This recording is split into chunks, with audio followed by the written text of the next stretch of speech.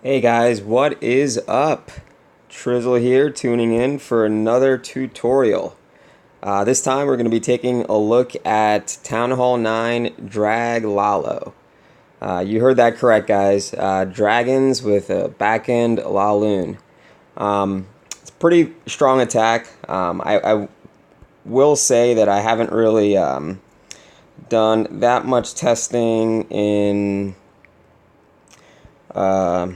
war, but I definitely use this composition to farm, and I'll be honest with you, it definitely gives a lot of flexibility, and I'm actually upset because I pushed a lot of replays that I had out that I wanted to show you guys, and unfortunately it's not looking like I have as much to show you guys. Let me check the clan chat, because I might have to redo this video.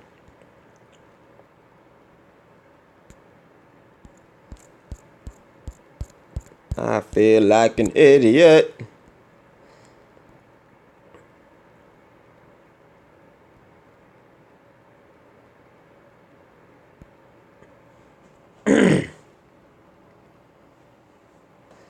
Alright, well, here's an example on a dead base. As you guys can see, almost 5,000 DE, so quite worth the hit. Because going against a Town Hall 10, it's still a pretty good comparison in terms of the strength of the attack, because I almost 3-starred this base. I use my heroes at the opening of the attack just to try to snipe the air defense. So that's pretty much what you're going to be looking for. Like most air attacks, you're going to be looking for 1, grounded expos, 2, where the location of the queen is, and 3, you definitely want to have a base where the air defense is snipeable. That being said, doesn't mean that you can't succeed with a raid if you can't snipe the air defense. However, it is something that's an extremely high priority, and it's a difference between a 2-star and a 3-star attack. Now, the way everything breaks down, guys, it's pretty simple. The raid objectives for DragLalo is going to be to have your heroes soften up the base by sniping that air defense.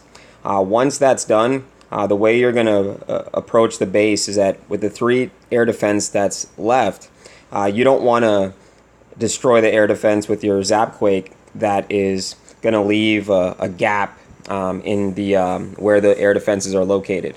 For example, you'll notice that on this raid, the air defense that I just ZapQuaked wasn't the one on the left by the cannon, the bottom left-hand side by the cannon and dark elixir drill, because that would have left 1 air defense to the top left-hand side, and then the other one in the complete opposite to the bottom right-hand side. So you ZapQuake the air defense so that you leave the other 2 right next to each other, and then that's where you're going to be bringing in your dragons. What you want to do is use your dragons to start the one end of the funnel, and then you're going to bring in your Lalo once the dragons start to take down some of the structures. The key to the attack, really and truly, is knowing where to place your rages. 75% of the time, you're going to get a bigger value for using the rages on the dragons as opposed to the laloon. And the reason is because your hound normally isn't going to last extremely long.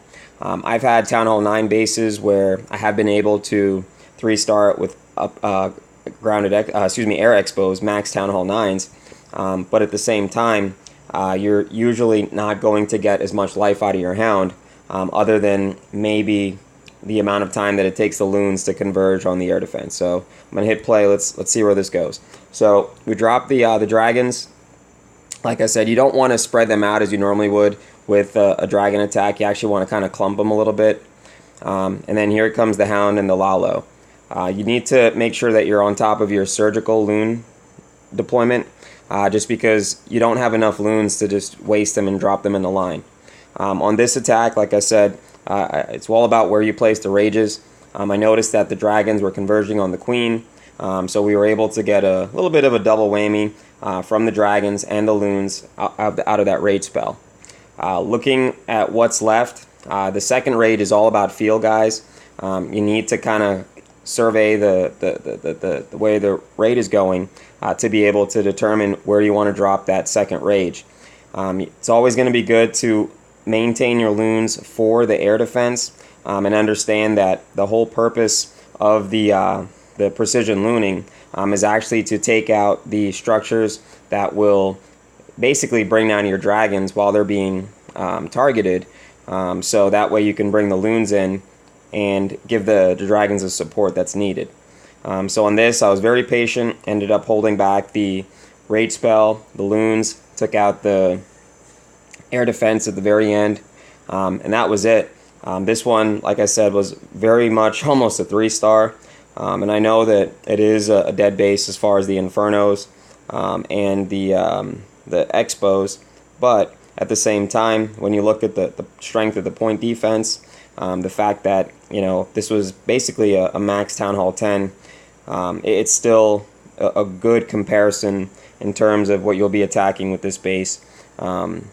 The strength of the base that you'll be attacking with this army, which is primarily, you know, max Town Hall 9, and you know, you can use this army composition to farm Dark Elixir, which is actually what I use it for.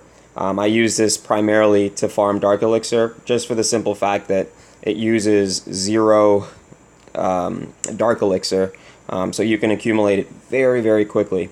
When you push farm, if you look at this raid, I was able to get 4,900 Dark Elixir. You add that with the League bonus, which I think in Champs 2 is 1,400 or 1,500 if I'm not mistaken.